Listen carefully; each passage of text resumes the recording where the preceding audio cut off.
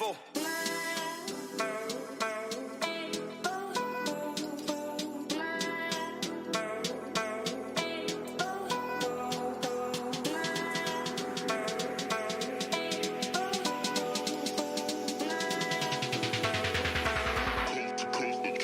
Next level.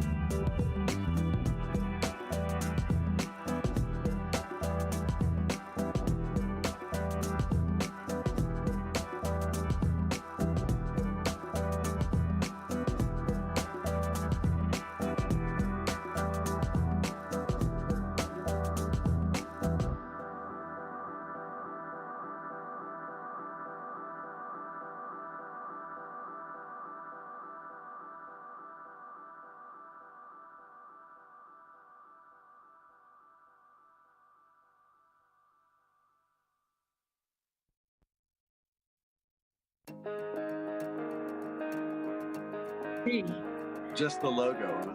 Yeah, and then it's weird because at the top, I just saw like France's name come up and then I saw yours, but it's not everybody's. It's just we're all in one. Can you hear my voice, Alyssa? Yeah, Yeah, we just can. right now I could. Yeah. Well, Kelly hasn't been able to get in either. I wrote the pack. This is why hybrid meetings are kind of tough sometimes. What? We will be starting in a second? Yes, I'm announcing to Zoom that we will be starting in a second. Stop talking? Oh, yeah. I think it said somebody just muted him.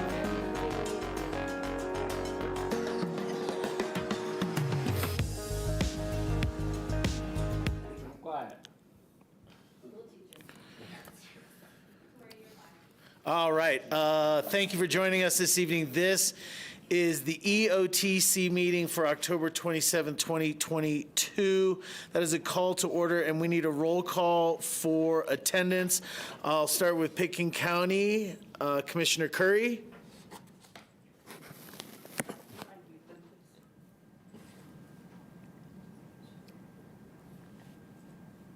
Did I see her or not? Why don't you start with me? Okay. Clapper. I'm here. Child. I'm here. Poshman. Here. Jacober. Here. Thank you. Curry, just if you hear us or...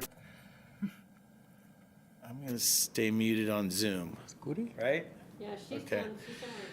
All right, sounds good. Town of Snowmass Village, Mayor Madsen. Here. Tom Fridstein. Here. Tom Good. Alyssa Schenk. Here. Bob Circus. City of Aspen, John Doyle. Here.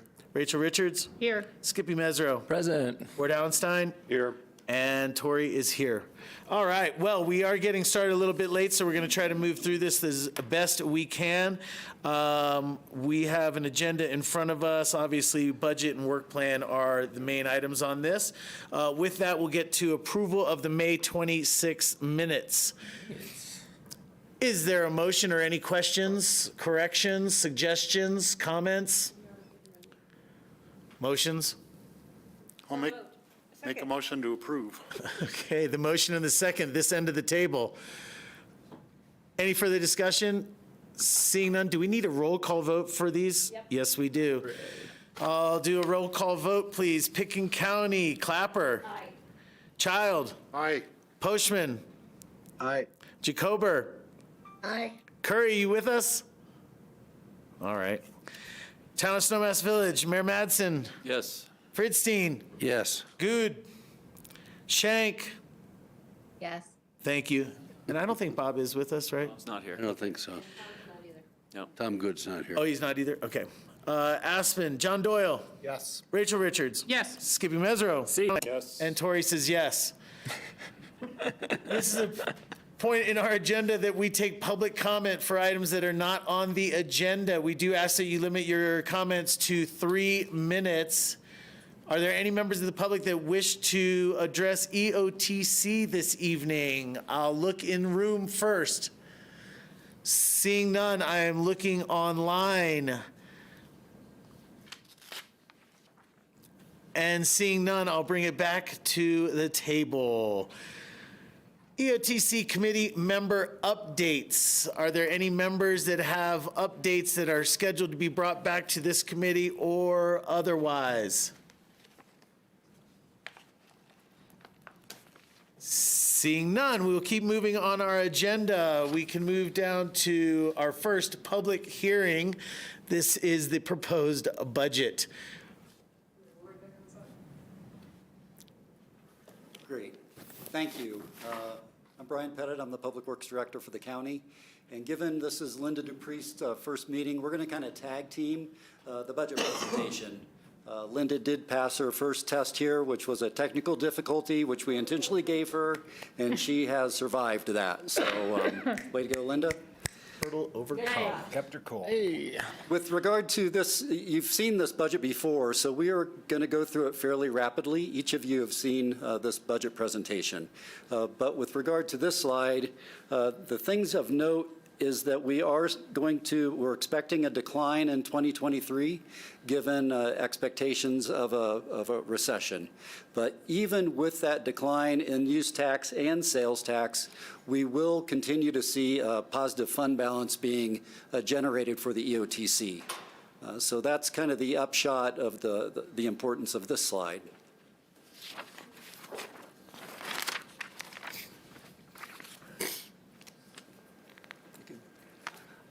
I'll keep going, which is with regard to the ongoing projects and operational issues with EoTC.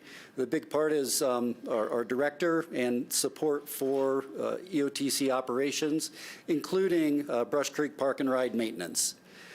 We do support WeCycle at $103,000 on an ongoing basis, and the X Games subsidy is for the transit provision for X Games, and that's at $115,000.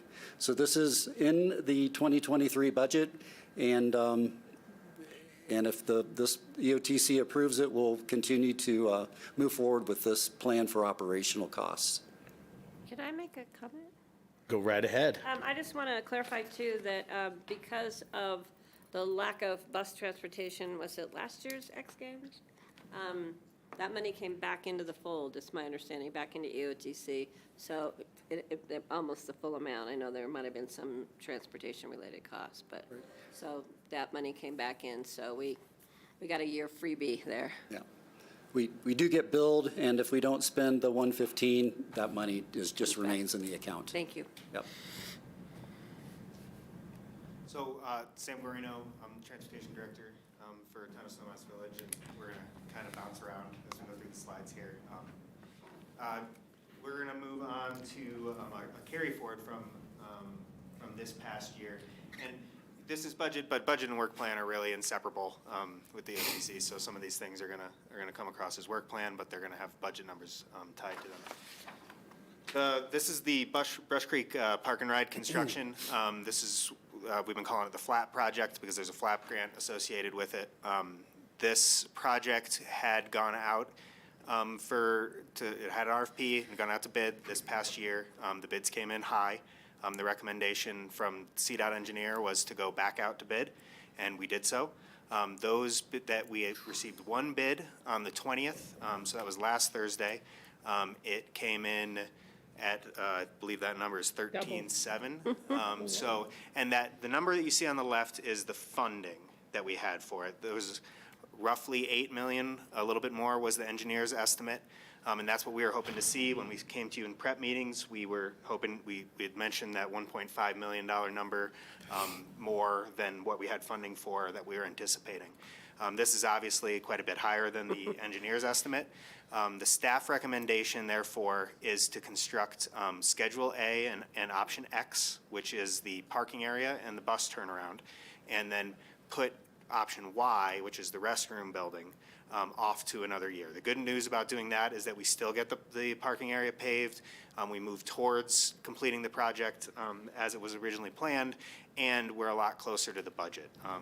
This doing just Schedule A and Option X would still require $450,000 of additional EoTC funds to come out of the unobligated fund balance. So we'll open it for discussion, but as I say, staff's recommendation is to push the restroom off to a future year.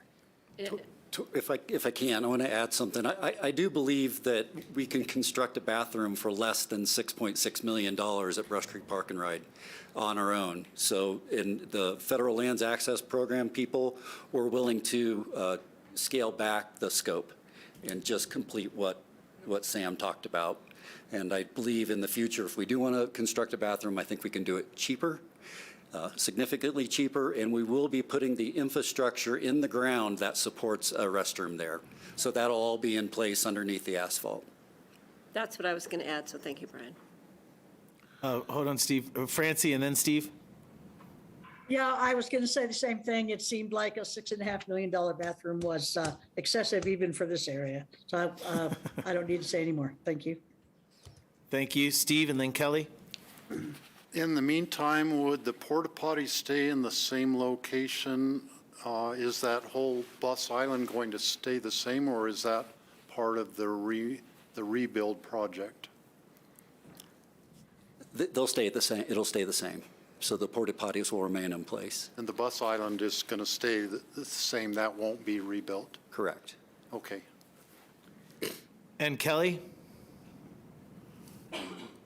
Hi, thanks.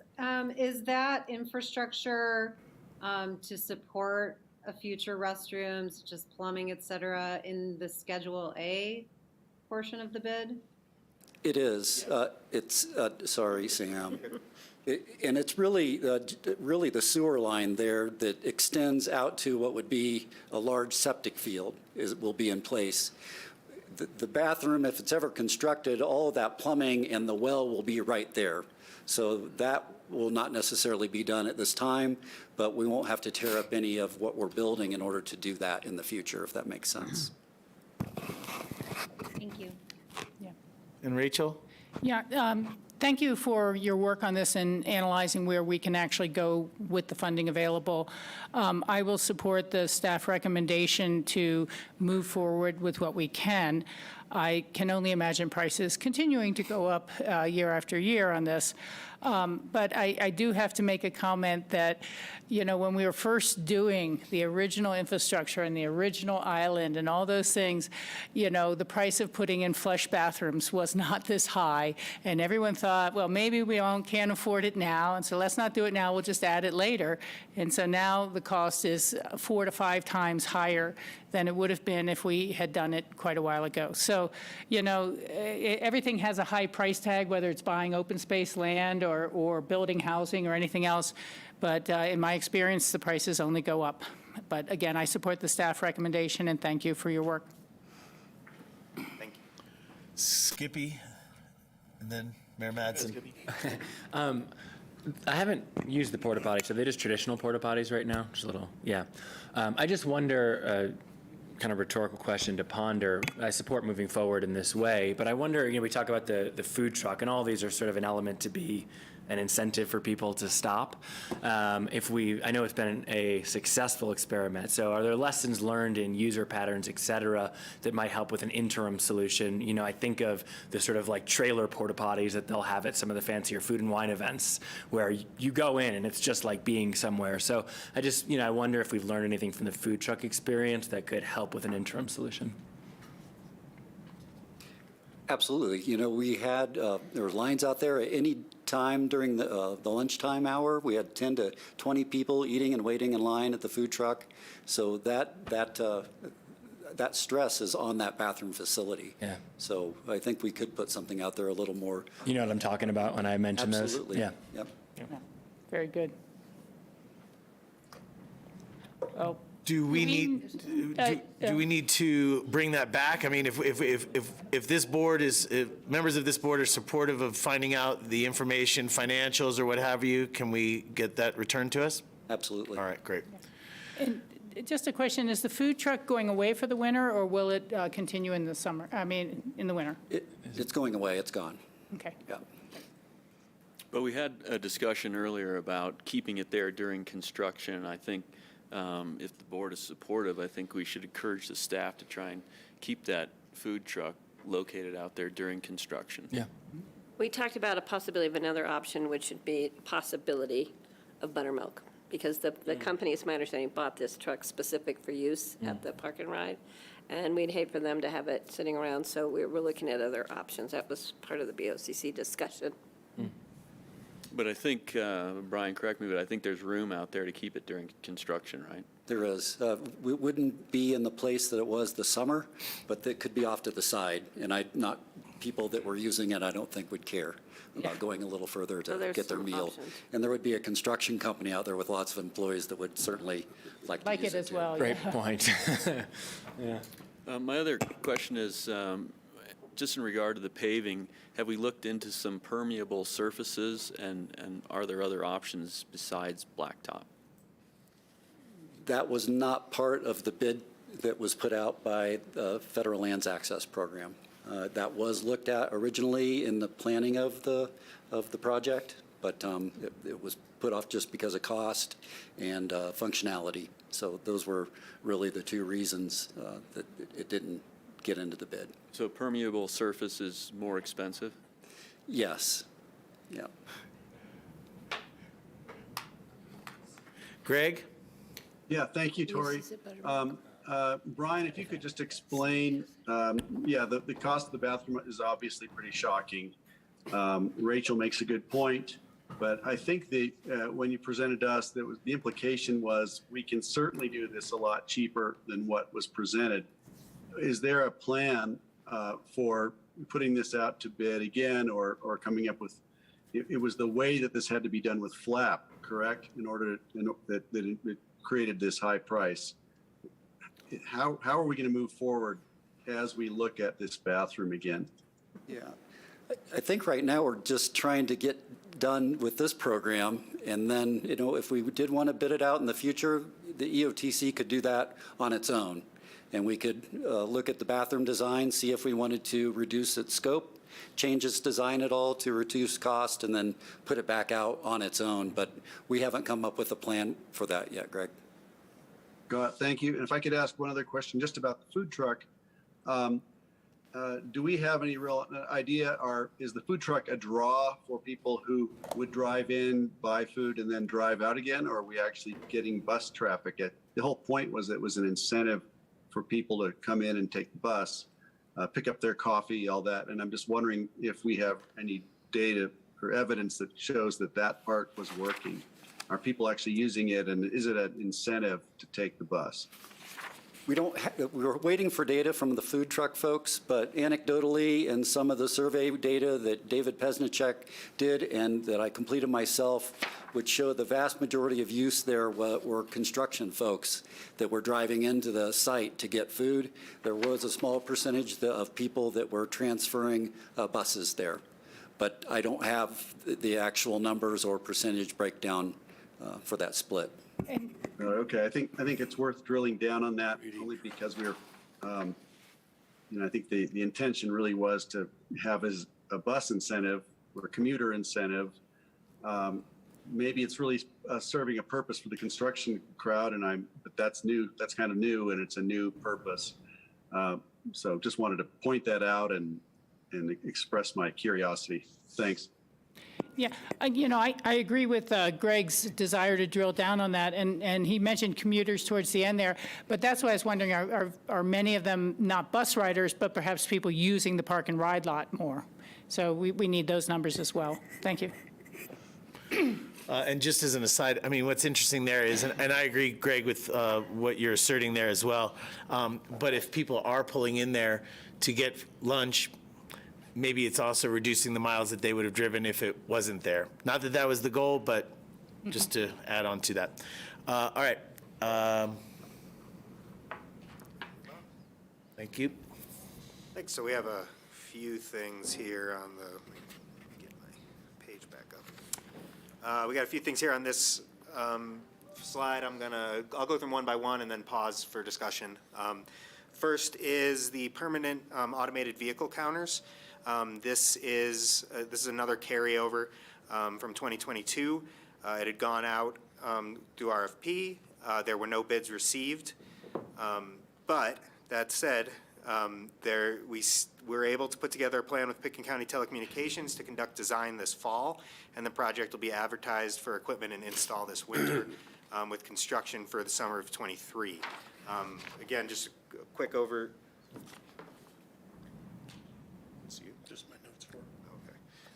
Just a quick overview on this one. The plan is to add 5 counters with completion by the end of 2023. One at Brush Creek, one at Owl Creek, one at Power Plant Road, near the airport on 82, and at Smith Hill Road.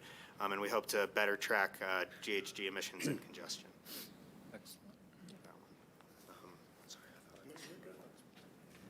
Greg, is that a new hand for these items? Or is that a new cat for these items? Old cat, old hand. Sorry, I'll take it. Okay.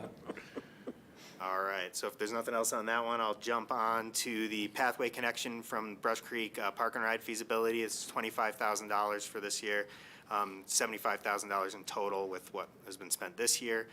Recall that the feasibility study reported out to the EoTC, Pickens County Open Space and Trails, and Aspen Parks and Open Space Boards in the spring. At the May EoTC meeting, the project was progressed to public outreach and research.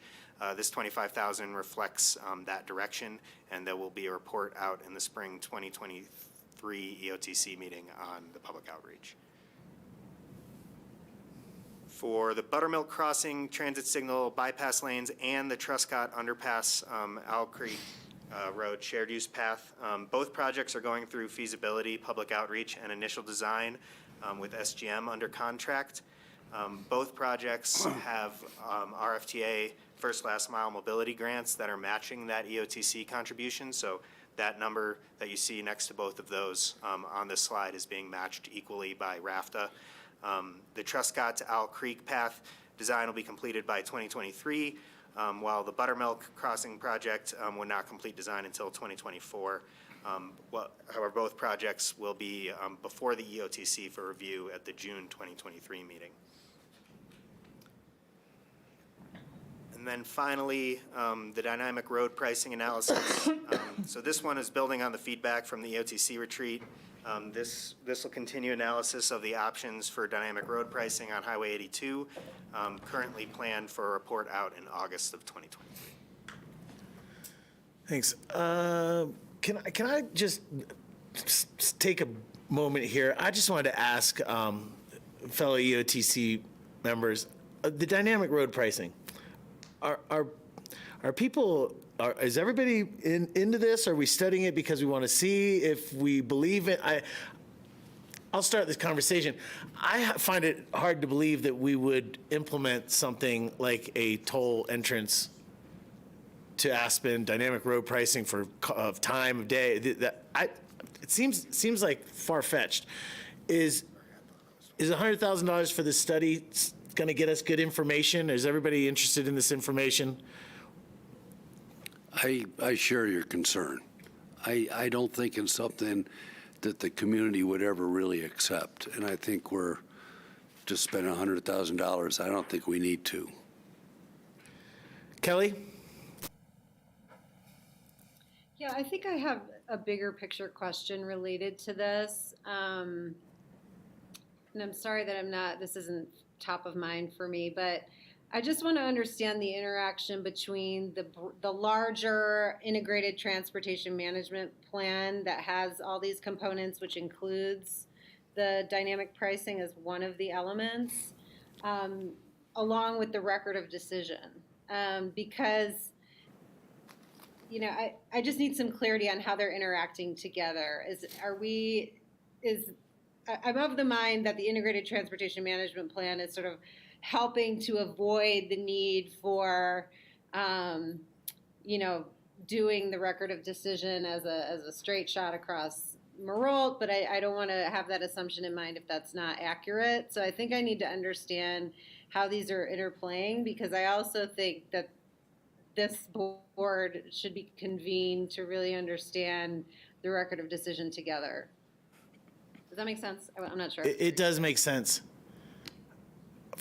We'll come back to that, Kelly. Thank you. Francie, comments? Yeah, I wanted to comment on this, Tori, because I think that, you guys are saying you don't think the people in Aspen will accept this, but on the other hand, they definitely don't want to accept the level of cars that are in town at this time either. So, well, first of all, the statement wasn't the folks in Aspen. The statement was up and down the corridor. I mean, we're not taking the temperature of Aspen right now. I was really asking about the entire corridor. Yeah. So you mean like commuters wouldn't stand for it and so on? And I don't know. That was not my statement, but I just have questions about people's real interest in this, and I think Kelly frames it really well. We've had multiple wheels turning around transit and mobility, and this is just one spoke in a wheel. This isn't a third leg of a stool. This is one spoke in a wheel. And is this and I'm just trying to get a temperature gauging here of is this something that people are excited about, or is this another spoke that we need to investigate?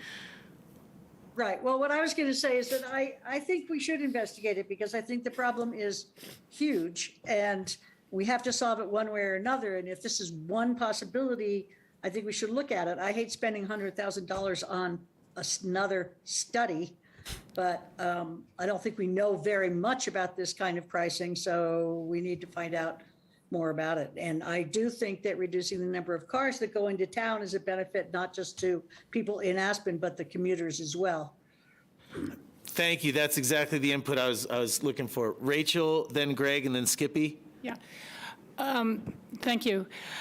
I agree with Francie in the sense that all of these things are very related. And when we talk about dynamic road pricing, we should keep in mind that it's always that, a carpool is going to be either free, reduced, or zero. It's the single occupant vehicle car who has alternatives to park at Brush Creek, who might be charged more at certain times of the day. Going back to the record of decision, I really agree with Kelly that a shared and group discussion of that at one of these meetings or a special meeting be really valuable. The record of decision is a solution that matches the goal of maintaining traffic in Aspen at 19 or across the Castle Creek Bridge area at 1993 levels.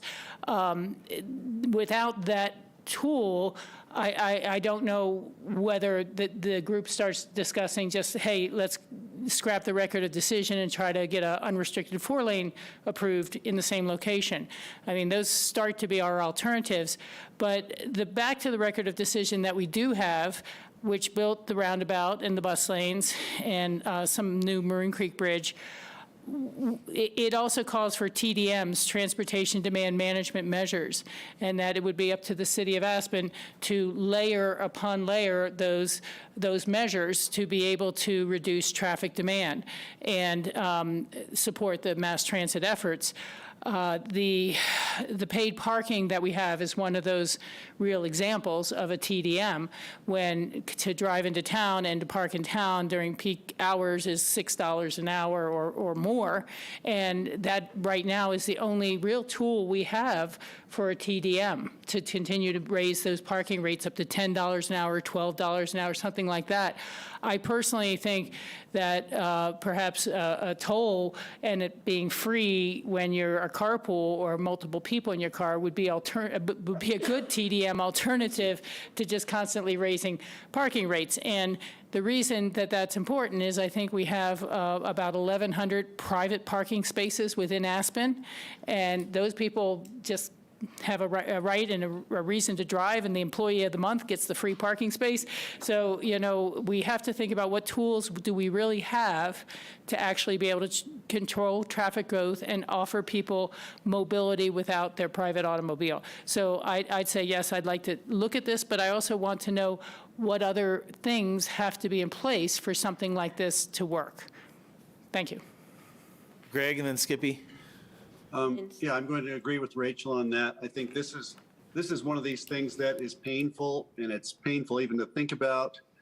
We have to remember it came to us after a pretty thorough study and presentation from John Bennett and Crystal Logan at the Aspen Institute. A lot of work was put into this, and it is just one of the tools we have available. There could be some others. But I feel an obligation to follow through, at least with this analysis. And I'm still having trouble understanding how it's going to work, but I think we can't stop right here. Thanks. Awesome. Thank you. Skippy, Steve, Ward. Yep, I also want to look at this. I would seriously consider it. I think it's one of many tools. It may or may not be one that we choose, but I think, if we look around the world at places that have significant issues of congestion and demand, this has been an effective tool in a lot of places. They're not small towns, but we're not a normal one, and so we just need to look at it. Sounds great. It'll raise equity issues, et cetera, but I think we'll get there. Awesome. My question is answered. Steve? I remember at the retreat a fair amount of skepticism about this. I think we were kind of shocked at the presentation in a sense that what it would actually look like in real life. Yeah. And I remember not liking it as much, looking at it when it was presented as, in theory, just thinking about congestion pricing in London or somewhere that seems to have worked. But I would rather put the $100,000 towards making RAFTA fares free up and down the valley. RTD in Denver, when they had their month of free fares in August, that was from grant money from the state legislature, their ridership went up, I think, 23%. If we could get our ridership up 23% and maybe lower vehicles by, something approaching 20%, that would accomplish a huge amount. Yeah. And I think we should take an equal look at free Thanks, Steve. RAFTA fares. You know, I agree with you in a sense, Steve, but RAFTA had to turn that money down because it didn't have enough drivers to offer more capacity because there's no housing in our valley. Seem to have sorted that out, though, now. But I've got Ward and then Tom. Resolved housing? Yeah, I think that dynamic road pricing has been proven to be effective in other places. I have concerns, number one, on equity. If you can afford the money, you can get into town faster, is what this looks like to me. I think it's just it's diverting our focus. I think our focus really needs to be on increased bus ridership is one thing, but also the record of decision and moving forward with the entrance to Aspen. So although I acknowledge that this is shown to be effective other places in the world, I think it's a distraction, and I would like to revisit it, but I don't want to have it a distraction of our focus on ETA. Thanks. And Tom? I agree with what Ward said. Is there a study that's not $100,000 at the first step to bring us more information, maybe a $25,000 study? Do we have to spend $100,000 to get that first level? And second, if you're taking your question about equity, a lot of the problem is workers driving in, not carpooling in the morning. If we'll talk about it later tonight, is go to the HOV practice, enforcing HOV lanes, that will go a long way to reducing traffic, having more carpooling during those. Why don't we try that first before we go to the dynamic road? Because I agree with you, people with the money, and there are a few of those around here, they're still going to drive into town and they're going to park at $12 an hour. They don't care. I don't think we're solving a problem. I agree with you. It's a distraction. And I think the implementation of it is very, very difficult. Thanks, Tom. Can I make one last comment? I agree with you that there's lots of people with money who will pay whatever the cost. We see people who will park all day regardless of the number of tickets on their windshield. But that doesn't mean that revenue supports the transit for the other riders. It's not like it then goes into the general fund for salaries of city employees. I'm just saying it's not going to deter them. They're still going to drive in by themselves and pay the congestion pricing. And that might buy us another bus or might help pay for free fares. That's what I'm saying. Thank you. I just wanted to have a little discussion. I think I get a kind of a sense that there's two-thirds here that support getting more information on this, and there's some that have questions remaining. All right, let's keep going with our presentation then. Thank you. Okay. To continue this discussion, staff is considering, with permission, to postpone the HOV lane enforcement piece of the program that David presented. When he presented it to you at budget, he discussed with all of you the state regulations and a lot of the unknowns associated with the HOV enforcement. And I think we wanted to step back, take a refinement of the performance measures that we need to measure this one, and then see what the goals of an enforcement with the HOV are. And we'd like your direction on whether you'd like us to postpone this or continue on. I think it's an excellent idea. I voted against it originally. I just I just don't think it's practical. I don't think it accomplishes anything, and I think it's, I would be all for putting this off. Thank you. Steve, then Ward? I'll say it again, I would like to postpone it permanently, not just temporarily, for the same reasons I've said many other times. Highway 82 is so dangerous. I would totally support having speed limit enforcement, but HOV lane enforcement, no. All right. Thank you. Ward?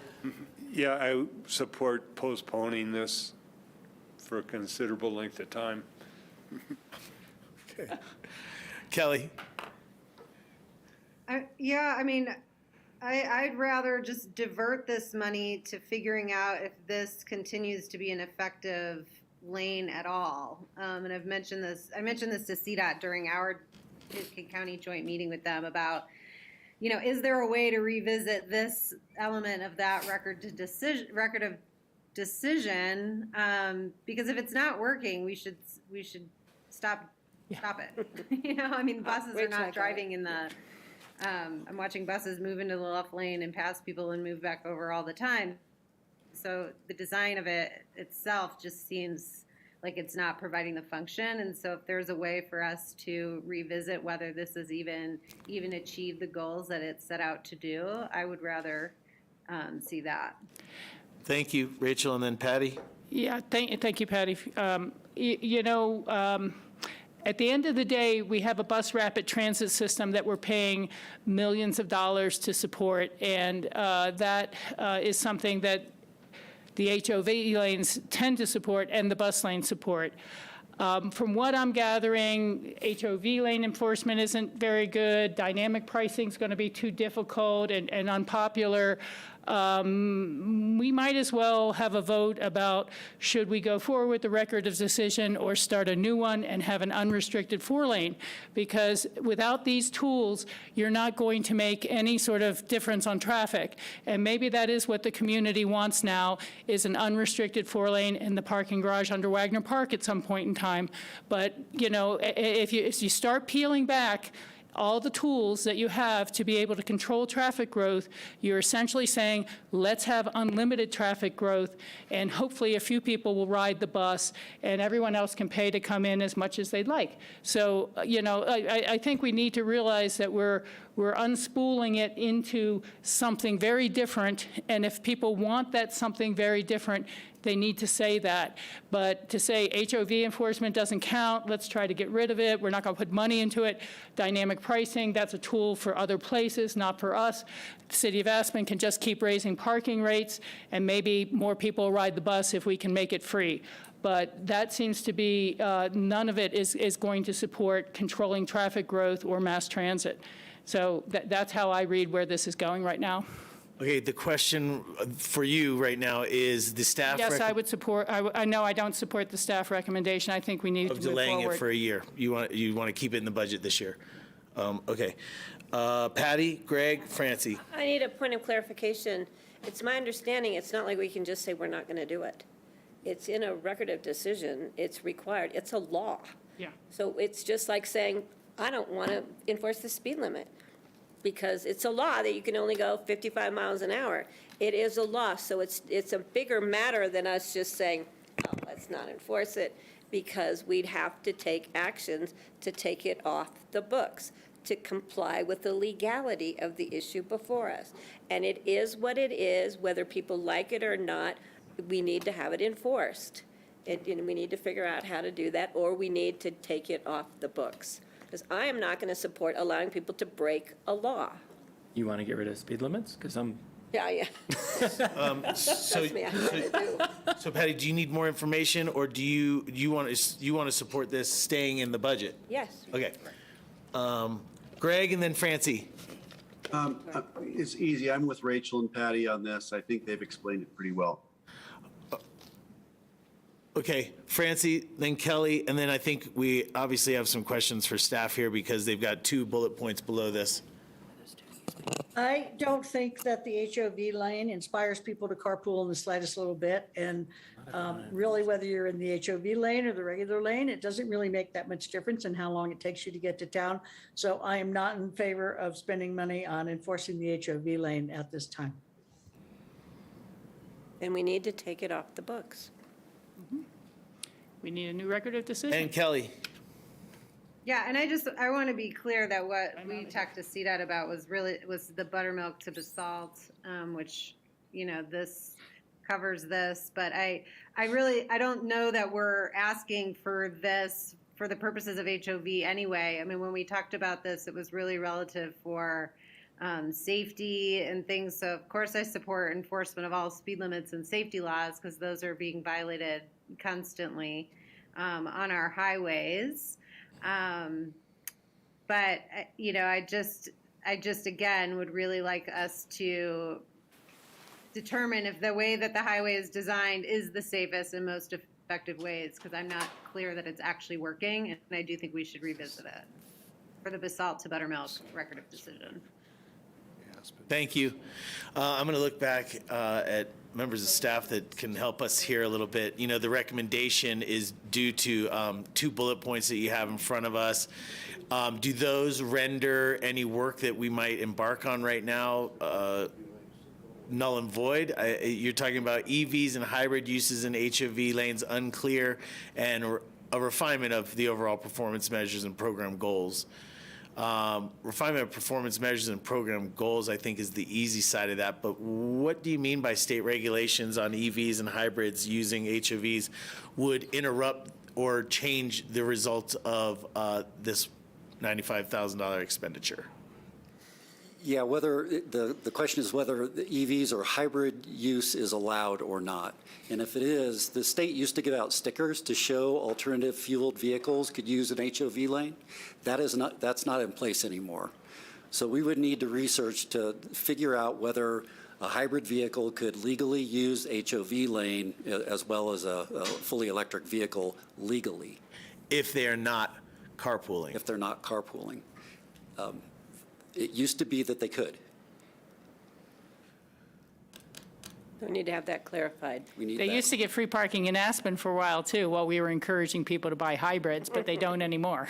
Skippy? Just follow-up question. I mean, is that anticipated to take an extreme amount of time? Linda's made some calls that we haven't gotten clarity yet, even from officials with the Department of Transportation, but hopefully we can get it soon. We don't have it tonight. Okay. Yeah, I mean, look, I want to use all the tools in our toolbox. I recognize that it's a very unconventional HOV lane, and I understand it's not working now, but telling everyone you're not going to enforce the law makes it unlikely that it's going to help. So, I would want to move forward, but I would kind of like an answer to that, because like if it's just EVs, that's one thing. But if hybrids are exempt, these days every third new car is a hybrid in some different way, and it's going to be extremely challenging to impossible to determine which one is which at the moment between an EQS and an EQS4. I mean, so I get that, but I do want to pursue this tool responsibly. So I don't know if we get an answer to that. Okay. I'm assuming that we will come back to a couple of these items and probably approve by jurisdiction. So we'll come back to this. John. Yeah, I just want to say I agree with what Rachel and Patty said as well. I think sticking with trying to get the record of decision to go forward is important. So I support keeping this in there. Tori? Okay. Is it possible to keep the $95,000 in the budget, but to defer enactment until we get resolution on some of these issues so we don't lose a year? I can support that. Yeah. Thank you, Tom. Corey. I'll bring that back. Ward? Just point of clarification, we're talking about from the park and ride to Basalt. This is the section where we're talking about enforcement? Yes, the full length of the HOV lane. Yeah. I don't think there's congestion between the roundabout and Basalt, so. What? I think BRT runs fine until it gets into, the advantages of BRT are really realized from the roundabout into town. Greg? Yeah, I'm not, you know what I really think is we need to hear from RAFTA on this. RAFTA can discuss why it's important to have that HOV lane and maybe talk about the congestion. I think I differ with Ward on my perspective on the congestion going into town, where it starts and where the problem is.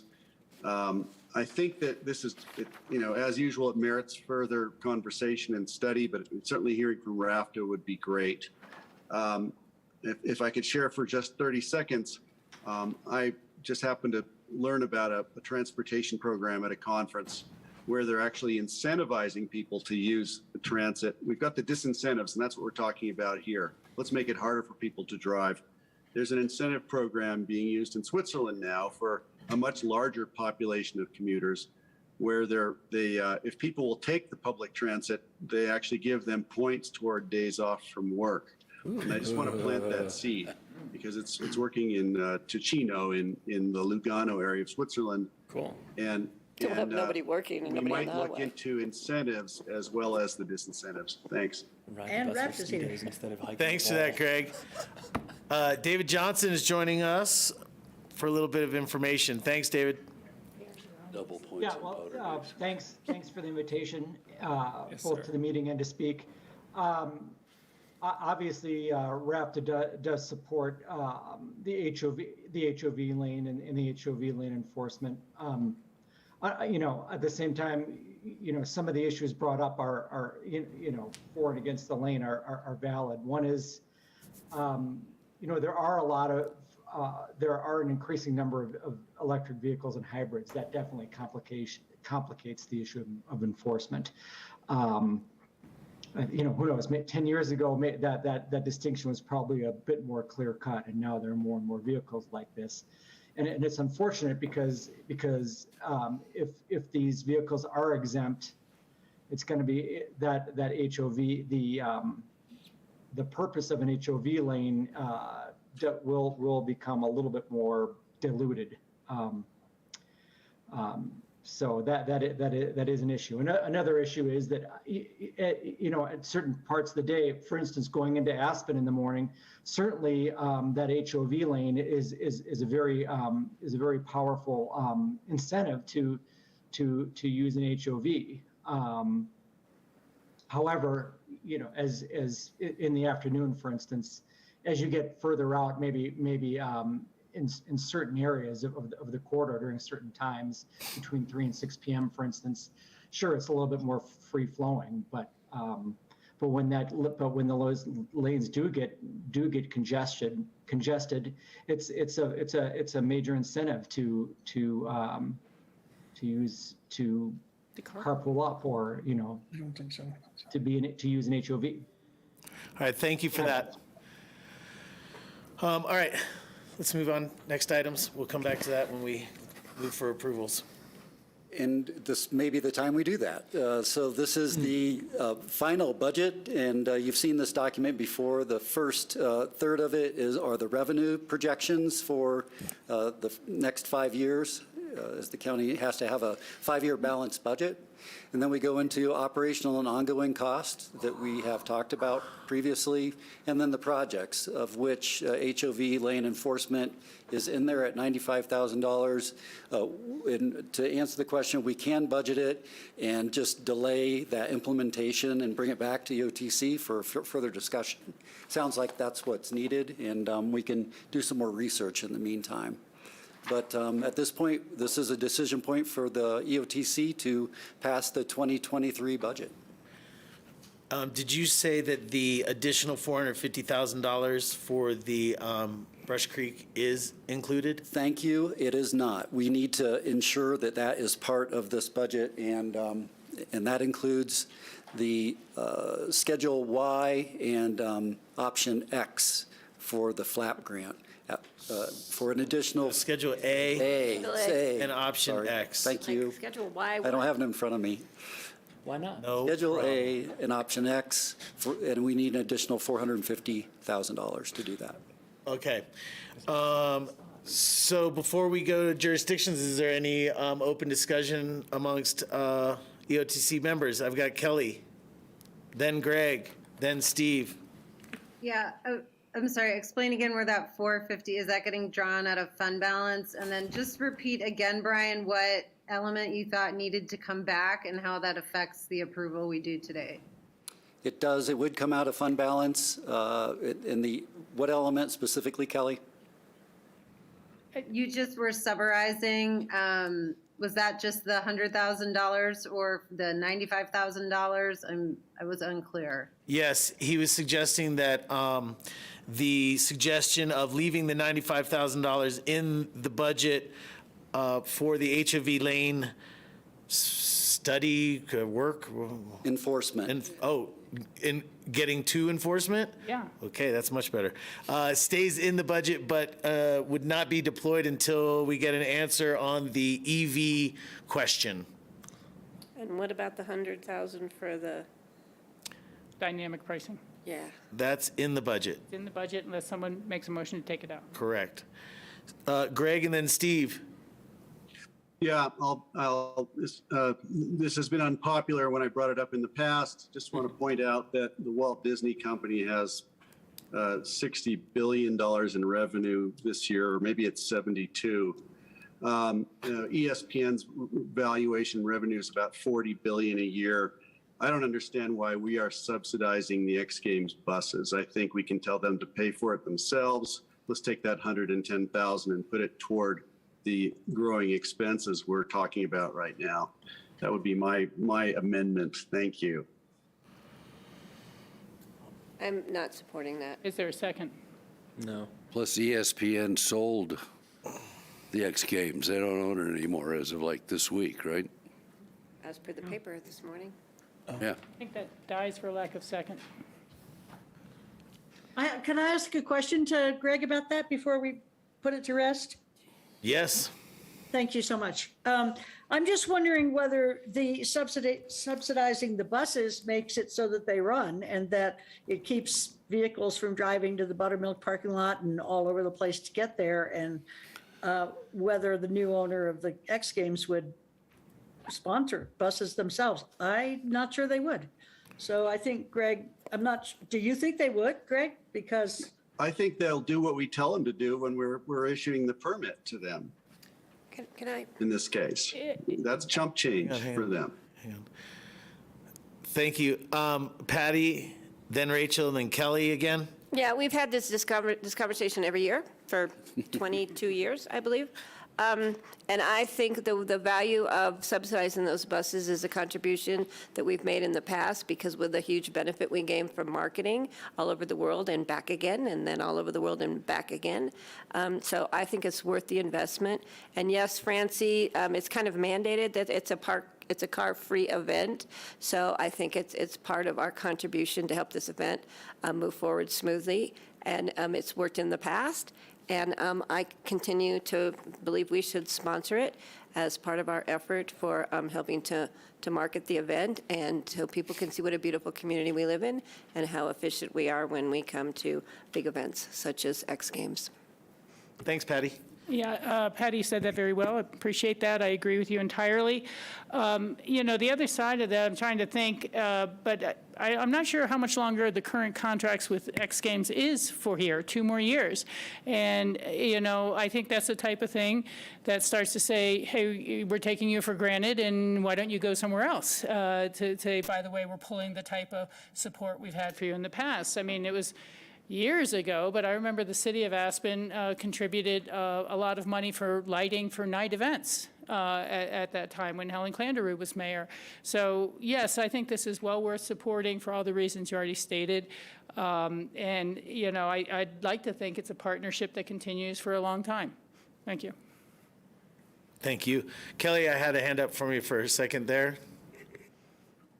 I'm good. Okay, thank you. Okay, Tori? Yep.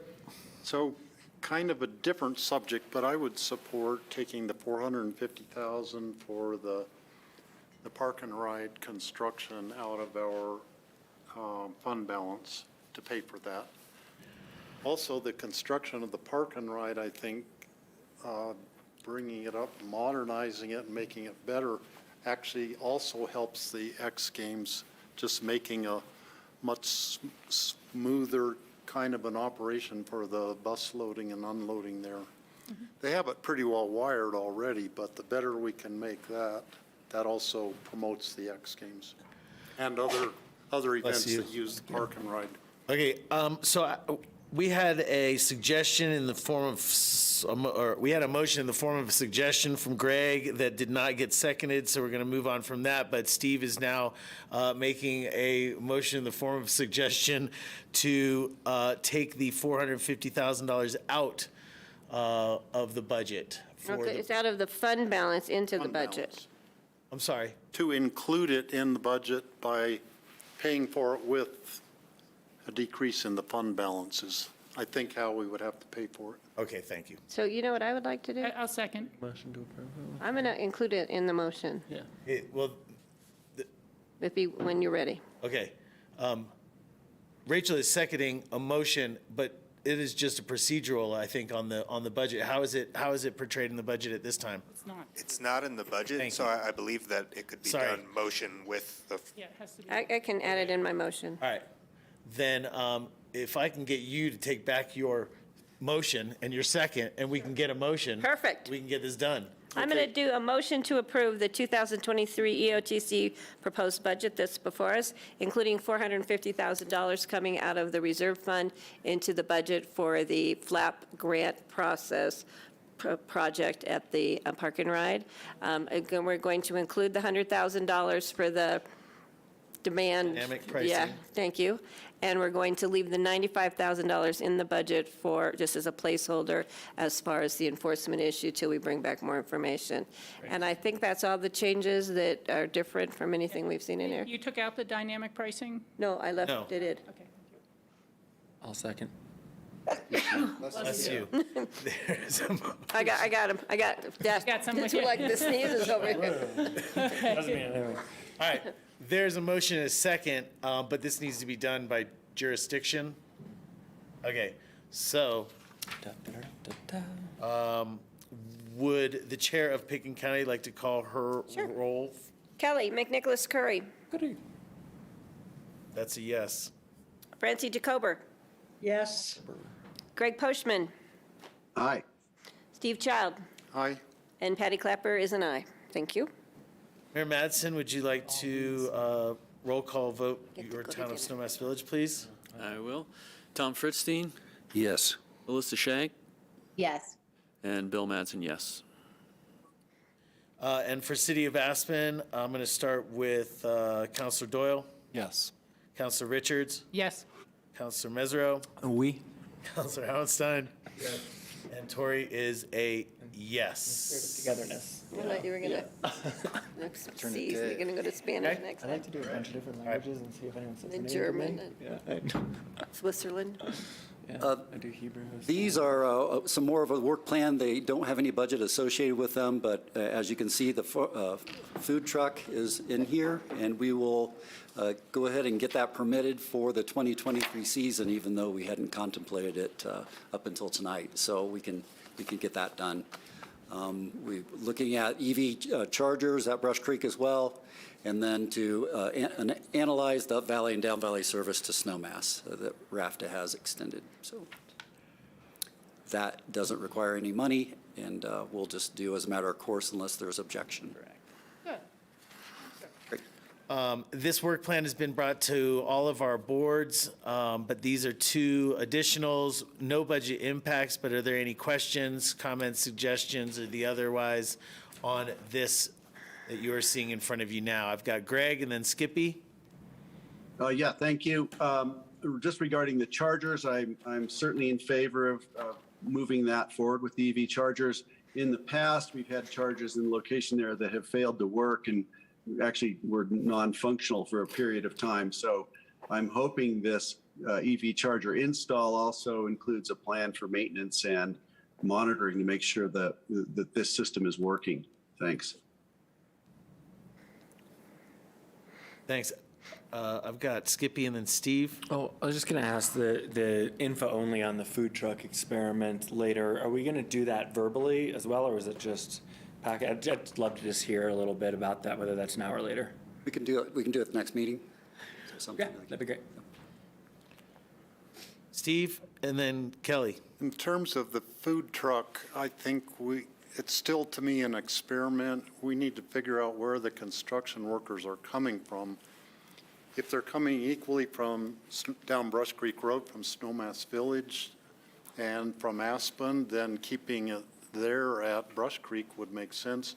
If they're all coming from Aspen going clear out there to the food truck, let's move the food truck to Buttermilk or somewhere closer to town, and that would make more sense. I mean, just figuring out usage pattern and reason. Yeah, but to origin me, destination would be great. We need to figure out a little more detailed survey, figuring out where the usage of the food truck is coming from. We don't need to know if barbacoa is the most ordered, but we do want to know where they're ordering from. I think the discussion is making me hungry, so.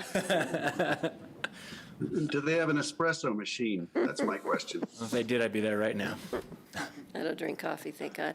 That's best. I quit. Can I every make a so real often. quick? Kelly, and then Patty. Yeah, I guess two things on this. I continue to think that we should be having a conversation about EV network planning and policy, and how we sort of get aligned among our jurisdictions, because I know the city has led on this, and I just think it would be great and reduce confusion if we all have similar kind of approaches and we're able to figure out whether this is a government run thing or a public-private partnership type of network, and it just isn't. I don't know if there's not support to put this on the work plan from our jurisdictions, but I know recently in our budget conversation we were talking about installing EV payment systems at the airport, and I just thought that was a little premature because we haven't even decided if payment for EV is the right thing to do right now, if we're at the tipping point in adoption to do that. And so I continue to think that this is an important element for us. I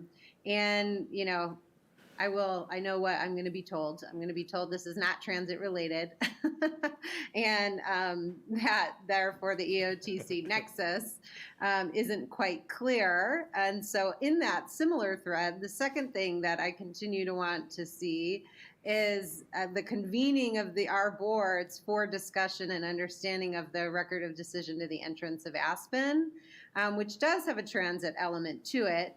So for both of those topics, I don't know if EoTC is the best forum to run that through, or if we think of it more as joint meetings among our boards that our managers' offices coordinate with some EoTC kind of staff involvement. But I really think that those two things continue to be important for how we're looking at our transportation and road networks. And I'd like to see us put them on here, whether that means additional meetings or additional convenings of our three boards. I'm neither here nor there. Thank you. I'm going to go ahead and ask Sarah Ott to address this before we go any further. Sarah, Kelly was just asking about updates on the record of decision for all three of our boards, and what can, is there timing? Is there a plan? How can we best share it?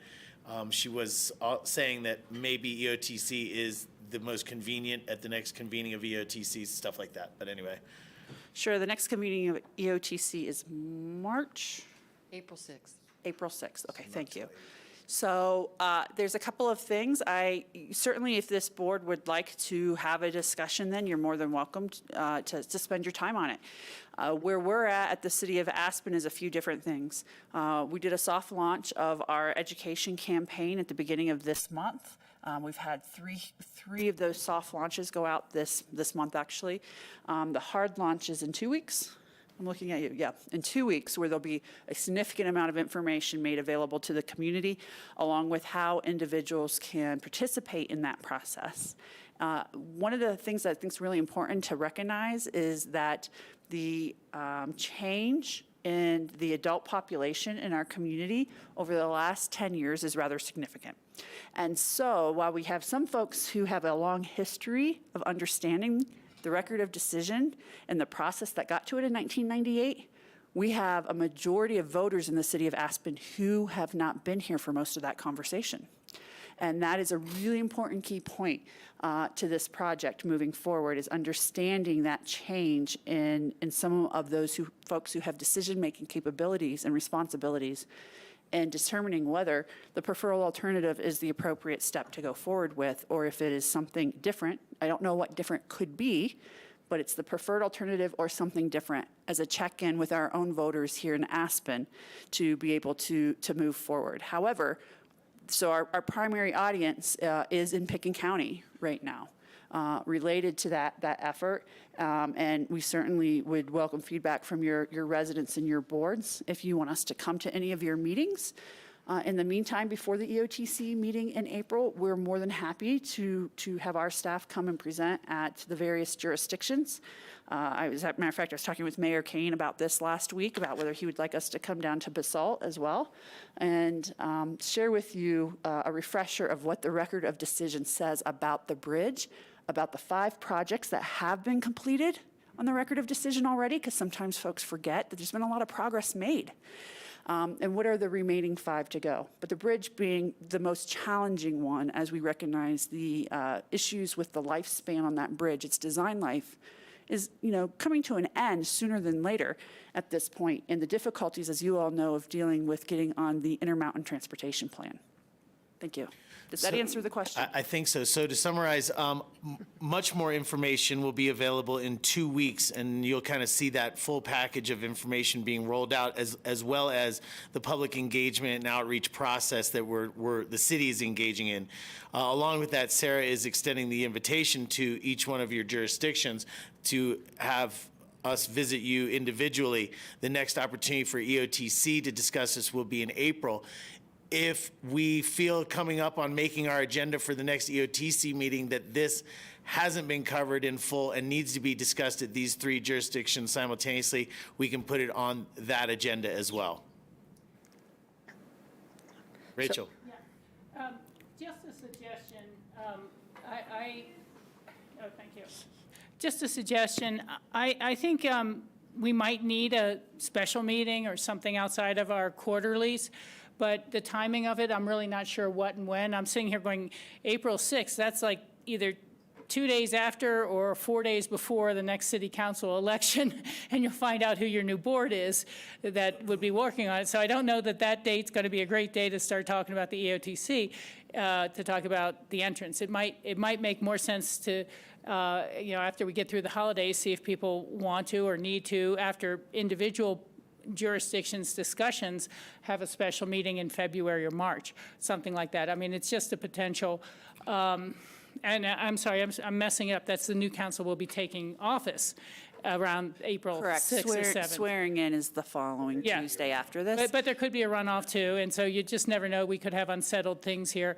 So all I'm thinking is I agree with trying to get the presentation and information forward. I'm just not sure what is the right time.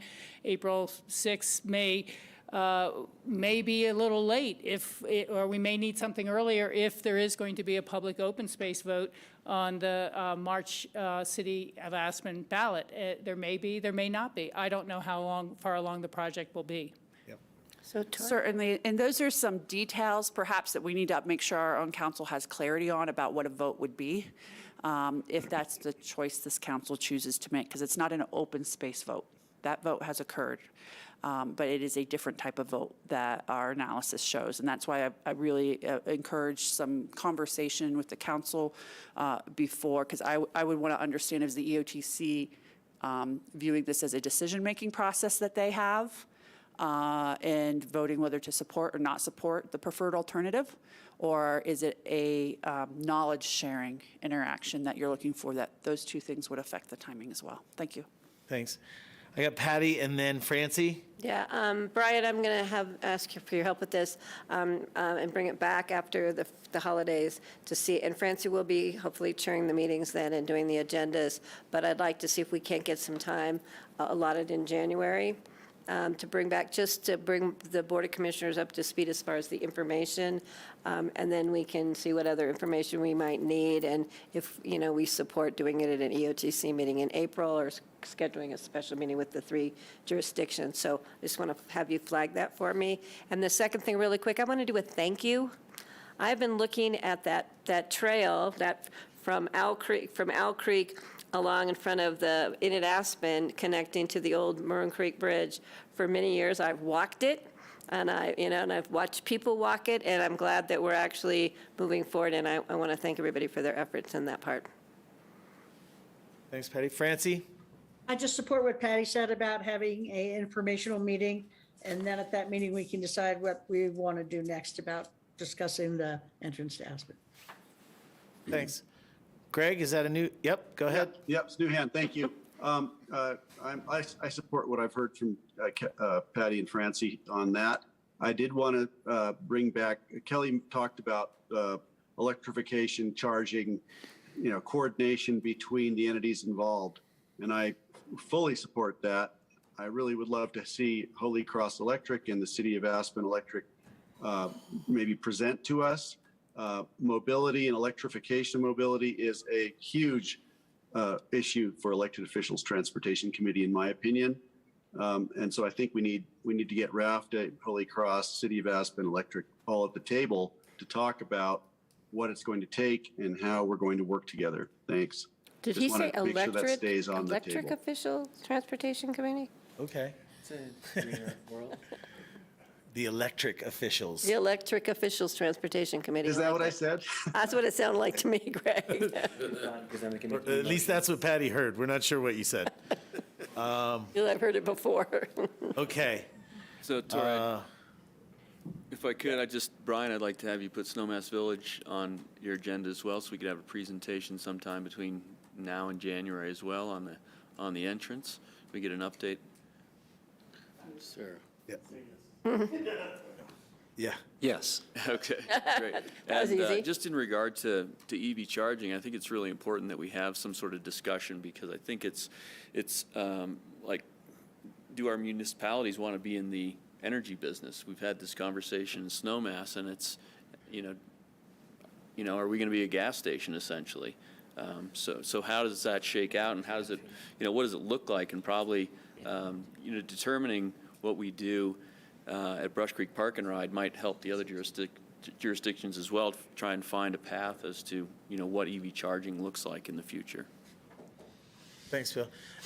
Sarah, I'm going to look at you again, because when last time this conversation about valley-wide EV planning came up, we talked briefly about the City of Aspen's efforts and how they dovetail, work together, collaborate with the rest of the folks. And can you just update us on what we were talking about then? Sure. I think there's a desire for a valley-wide EV charging strategy. I don't think it's a master plan level. I think it's a strategy that deals with not only the availability and the maintenance, but also this electrical component of it, and what's our infrastructure needs to be able to support that in the future throughout the valley. That's what I heard a little bit too from Greg's comments this evening. I would say that there's been little progress on that since the last discussion at EoTC about it. The city has really focused on its own master plan implementation as we've gone through our budget process and our utility upgrades. I would say that we would need to check in with perhaps, I'm hopeful with some of the transition at CORE, that this might be a valuable service CORE could provide to our jurisdictions. Is this regional strategy conversation a little further along than we are today? And we can make that request, since I see a few of you on this call are on that board. Thank you, Sarah.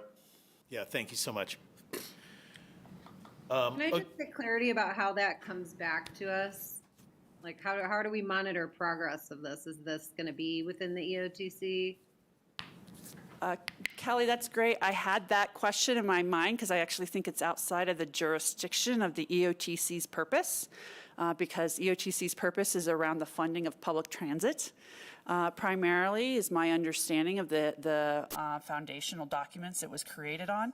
So I think we have to get back to you on what that looks like. I don't think we necessarily at the staff. Like Brian's agreeing with me that this is a bit out of the scope of the EOTC traditionally. It doesn't mean that there's not a great opportunity for collaboration here, though, that we could capitalize on.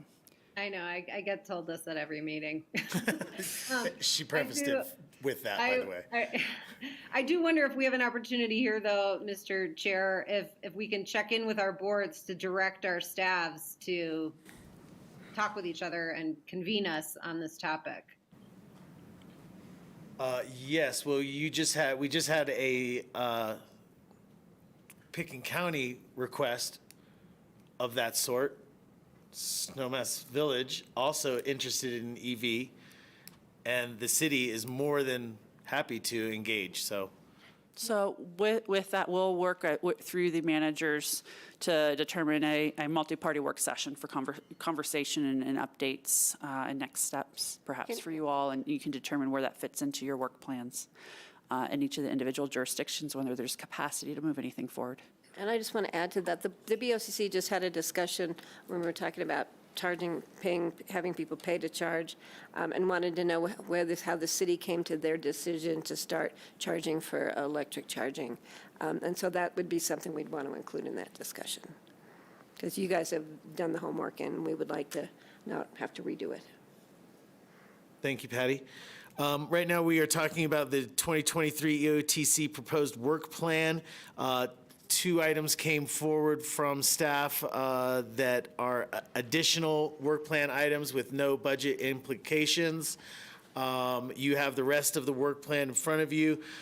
Two additional suggestions or questions came up, one regarding a valley-wide EV plan, if you will, and the other is record of decision, education, and entrance to Aspen, public outreach process, as well as meeting with other jurisdictions. Those are not added to the work plan here. So at this time, we have additional projects. Are these included in the work plan that is? We haven't decided if the electric charging thing is part of EOTC yet, so it might be outside the purview of EOTC. And I'm not sure about the entrance discussion. What I heard was that the entrance presentation would come to individual jurisdictions. I don't mean these two. I mean the ones that you have on our slide. Yes, so these are additions. Sorry. Yes, these are in. It's understood. Go ahead. Correct. Right, correct. Yeah, Yeah. but these are included. Yes. Yes, thank correct. you. Yeah, sorry, Tori. Because I think they were added after we saw it a month ago or what have you. Right, you got Thank it. you. You got it. Okay, at this time, if there's no further discussion or questions regarding the work plan, we are ripe for a motion. I will make a motion to approve the 2023 work plan. I'll second. We have a motion and a second. Any further discussion? Can I have jurisdictions call their own roll, please? Picken County? Kelly McNicholas Curry. Yes. Francie Jacober. Yes. Greg Poshman. Yes. Steve Child. Aye. Patty Clapper, aye. Town of Snowmass Village? Tom Fritzstein, Yes. Melissa Shank, Yes. Bill Madsen, yes. And City of Aspen, Councilor Doyle? Yes. Richards? Yes. Mesro? See, Howenstein? Yes. And Tori's a yes. Thank you, guys. Great, thank you. All right. On our agenda, that brings us down to EoTC committee member updates. You know, this is also a time just to kind of say more stuff like we've been just talking about, you know? We're throwing around EVs, we're throwing around record of decisions. Is there anything else that anybody would like to bring to the table or share at this time? I will just throw one thing out there. You know, as we keep talking about regional collaboration, and I think that both the record of decision and the entrance to Aspen are ripe for that. I also think that valley-wide EV charging and planning is part of that. I just want to say at this time that, you know, also I think that the ABC area, Mid-Valley, airport expansion, and the like are something that this group should be looking at as a group together. So I just want to throw that out there at this time. I'm not asking for it on the next agenda per se, but this is an area where transit is going to literally rubber hit the road. So I think that we should all be working on it together. Thanks, Tori. Thank you, Greg. Alyssa? Sorry, I was having trouble unmuting. I think, it's come up a couple times. Kelly brought it up. It's come up in other conversations, just this whole speeding on Highway 82. And I know that, we don't control the highway, but at the same time, I feel like it's really important. And I don't know what we could do in terms of community outreach or, I know in Snowmass, we've put up a lot of those like speed little electric things that tell people how fast they're going. I mean, people are constantly telling me how freaked out they are, and especially people that have kids that drive. And, we have a lot of out of district kids that are now at the high school that are coming up and down the valley. And just with all the traffic, I mean, I'm just wondering what we could do just to promote safer driving along 82. Thank you, Alyssa. Alyssa brings up one interesting thing there. Where was I just recently that I noticed they have the really small roadside on a pole speed limit, your speed with the readout. Snowmass Village. Snowmass Village. No, somewhere else. But nonetheless, those to me are some of the most effective. Yeah. I really do think so. So what you guys are doing up there, I think is great. I mean, we talk about the speed limit here in town, moving from possibly 20 to 15. Bless you. Thank you. And those would be very helpful, and they're very discreet. I think they just function really well. That'd be CDOT, right? Yeah. Brad's making notes, I'm watching. Yeah, I saw that, and I'm just thinking to myself, is there support in general around this table for the overriding concept of speed control on Highway 82? Yeah, that's what I safety said. and speed All right. control. Yeah. Yeah, so I can contact CDOT about this idea and see where That'd be it great. goes. We appreciate that. Thank you. So I don't need to buy that Ferrari now. Greg? I have to get a new radar. Yeah, thank you. I think this would be a great start. I think it may come down to contacting the director of CDOT and the governor's office. What we're hearing from people who've been to meetings with CDOT is that the State Patrol and CDOT are just so understaffed that they can't be where they need to be to control this extremely busy corridor now. And it's going to require the governor to intervene and get them better wages and help them, hire more people and get them here. Housing is certainly an issue. It's a complicated thing. I think Director Liu and CDOT are willing to come back and speak to us again. I heard from her today on the topic. And so I think it's worth pursuing, asking for those electric signs. Sure, why not? I'd certainly love to have some for the wildlife crossing areas as well. But I think it's going to have to go deeper, and we're going to have to really impress upon the governor's office that we have a problem. And this is throughout the West. The county commissioners across the western slope have been organizing a letter to the governor insisting that he pull in the National Guard to help with these very issues. So it's widespread, and it's going to require more than I think a few signs to get people to slow down. But I'm in favor of moving this forward. Yes. Thanks, Greg. Can I add on to that for a second?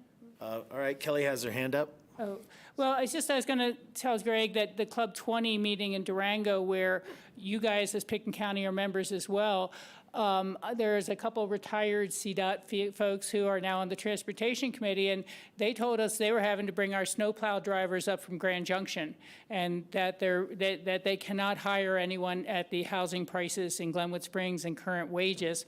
So I'd love to see the governor decide to pay everyone a lot more, but it's really just chasing an unending escalation when you're competing with the free market and second homes and STRs in Glenwood. So, the housing crisis it's going to affect us in terms of unsafe roads when they don't have enough plow drivers, let alone repair. If I could just tag on to that, Rachel's right. And Director Liu has assured us in a call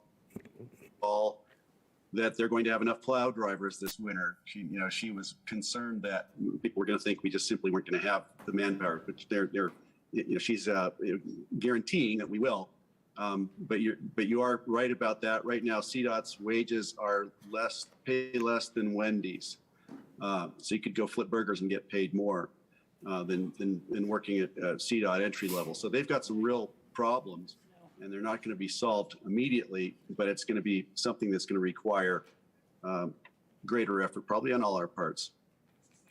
And I just want to add, Greg, it's hard to pay attention to what you're saying with such a gorgeous picture behind you. Which is the property we just preserved with the conservation easement That's last night. right. Tom and Carolyn Moore's. We're And the just county bragging. and the city helped, City of and we were I- very gracious I with the got city. Kelly, and then Bill. Thanks. Yeah, I'd like to, I don't want to just pursue one, ask for one solution from CDOT. I think we need to have a menu of options about what is going to work here. I mean, we have that variable message sign right at the entrance to Snowmass Canyon, which to me, people act like is like a slingshot to go faster through there or something, like it's a video game. And, if there's other things that we can use to better effect, I'd love to see like, hey, 87 high school students drive to school on this road every day.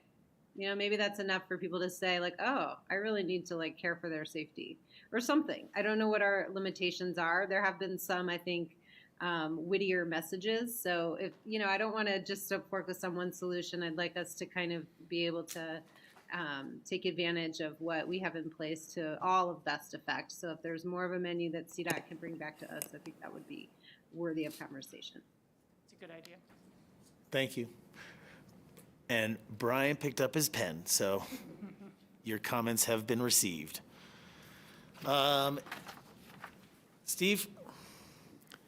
I've had trouble with RAFTA bus service as a rider. And I just wanted to pass the message on to those who are on the RAFTA board, if you could take these concerns to the RAFTA board. I've been at my bus stop at the Snowmass Conoco, Old Snowmass, I call it Snowmass, 3 minutes early before the scheduled arrival of the bus, and the bus never comes by. I think because sometimes they're more than 3 minutes ahead of schedule going up the highway. Some of the drivers have a lead foot, and they need to sit in Basalt or sit in Elgibel or wherever and stick to the schedule. It's tough when you're standing out there and there's hundreds of cars going by. There are BRT buses going by my stop. I'm standing there waiting for a bus that never comes because I know in some cases it's already gone by. And I know that because sometimes I think I'm going to have to drive to Brush Creek Park and ride. I get into my car, I race up there, and there's my local bus ahead of me on the highway already. You're really speeding. So they are ahead of schedule sometimes, and that kind of service to me is not good. I remember on the Snowmass Village shuttle, it was always drilled into us to not be ahead of. It's all right to be a little bit behind your schedule, but don't be ahead of your schedule because people rely on that. And that kind of service I would expect from RAFTA. Thank you. David Johnson will have a reply for you. Bill, I'll come to you in 1 second. David Johnson has a reply for you. David, along with your response to that, can you please also let people know for similar issues like that for any riders, is there a phone number or website or some way to file those in with RAFTA so that RAFTA is aware of any of these happenings? Thanks. Yeah, well, first of all, Steve is right. The policy is, that you're never supposed to leave the stop ahead of schedule. We're supposed to leave on time or 3 minutes later to ensure that no one is getting left behind. So we can certainly look at, I'll certainly pass this on to our operations department. And yes, you can you can call the RAFTA, you can call the RAFTA number, you can reach RAFTA by email or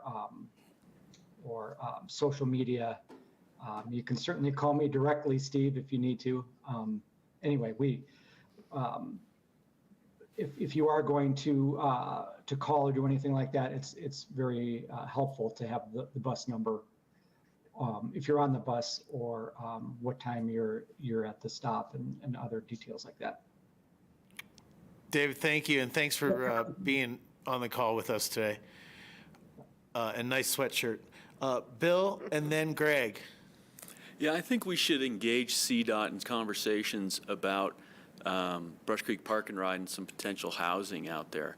If we are really in a desperate situation for plow drivers or state patrol, or and maybe it's a partnership with the county and potentially Snowmass Village. But I think there's an opportunity out there. I think CDOT might be open for it, and I think that we should start those conversations. It's a good idea. Cool. Well, we had the Aspen Mass property, and we took that off for housing because of the lack of septic and water. So that's a huge issue out there, because it'd have to be on its own system, but it doesn't mean we shouldn't look at it. It's just that was the hurdle in the past with the Aspen Mass property. I was going to say, Patty's absolutely right, and water was not extended through Shale Bluffs when Shale Bluffs was four-laned deliberately not to create mid-valley growth. And the Cozy Point Ranch was actually bought for housing with people who thought it could be housing and the other. And at that time, Snowmass didn't like that idea very much, and neither did the county. So that's why those are all open space parcels now. And Actually Greg, supported housing. Greg, go right ahead. Yeah, thank you. That segued a little bit into housing, and certainly I think it's a conversation worth having, but I do think that the urban growth boundary as defined certainly stopped up valley from there, from the town, and for the reasons that Rachel mentioned. Getting back to Steve's issue, it just underscores why if RAFTA is going to maintain a schedule and have the trust of the commuting public, they've got to stay on a schedule and very close to it. If we start messing with congestion in the HOV lanes, that gets thrown out the window and we lose the BRT trustworthiness. So just wanted to underscore how important that is to have that conversation. Thanks. Thanks a lot, Greg. With time enough for one deep breath, then I will say that is enough for EOTC committee member updates, questions, comments, and suggestions. That brings us down to our information-only updates, questions, and answers. Underneath your information-only tonight was near-term transit improvement program. There's a progress update. Food truck at Brush Creek Park and Ride, there's a progress update. And the Town of Snowmass Village Transit Center, there is a progress update. Does anybody have any specific questions on any of these items? Rachel? Yeah, actually, it's not those items, but I know we passed a motion to approve the budget, but did we take a motion to approve the work plan? Yes. And that was separately? Okay, I'm sorry, I must have missed it. Thank you. Skippy. I just want to offer my support for looking at housing out there as well from Aspen. I have a question. Patty. Correct me if I'm wrong, but are we not supposed to open public hearings for items that are on the agenda? Yeah, like the budget. Sorry, I don't have a note here. Shall we revisit? Yeah. Why don't we just invite the public to comment now on those items? Absolutely. Because we can always revote, we can reconsider the vote. Absolutely. With apologies to the public, there are two public hearings on our agenda this evening. One was the proposed budget and the proposed work plan. Are there members of the public even on this meeting currently, and anybody that would like to comment? No and no. My apologies. Thanks, Patty. Now you can close it, and we can move on. We will close the public hearings for both items, proposed budget and proposed work plan. If there's no questions around information-only items, this brings us to the point in our meeting where we take a motion to adjourn. So moved. And we are supposed to have a roll call by jurisdiction. Picken County. Kelly McNicholas Curry. Yes. Francie Jacober. Yes. Greg Postman. Yes. Steve Child. Aye. I think we should reconsider and, and I want to thank Tori when I vote yes to adjourn for running a very efficient meeting. Thank you, sir. Town of Snowmass Village. Alyssa Shank, would you like to adjourn? Yes, I got a football game to get to. Tom Fritzy? Yes. And Madsen, yes. City of Aspen, Doyle, Yes, please. Richards. Yes. Mesro. Yes. Houndstein. Yes. Torres, a yes. All right, we are adjourned. Thank you for a great meeting, I guys. am impressed, sir, Mr. Thank you Mayor. all. Good job, Tori. Let's get your dish down there. On time and under budget. It just smell really good.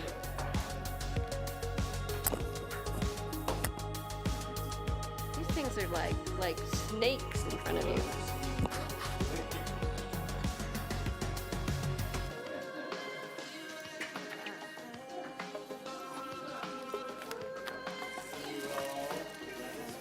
Thank you, sir. See you, Steve. So,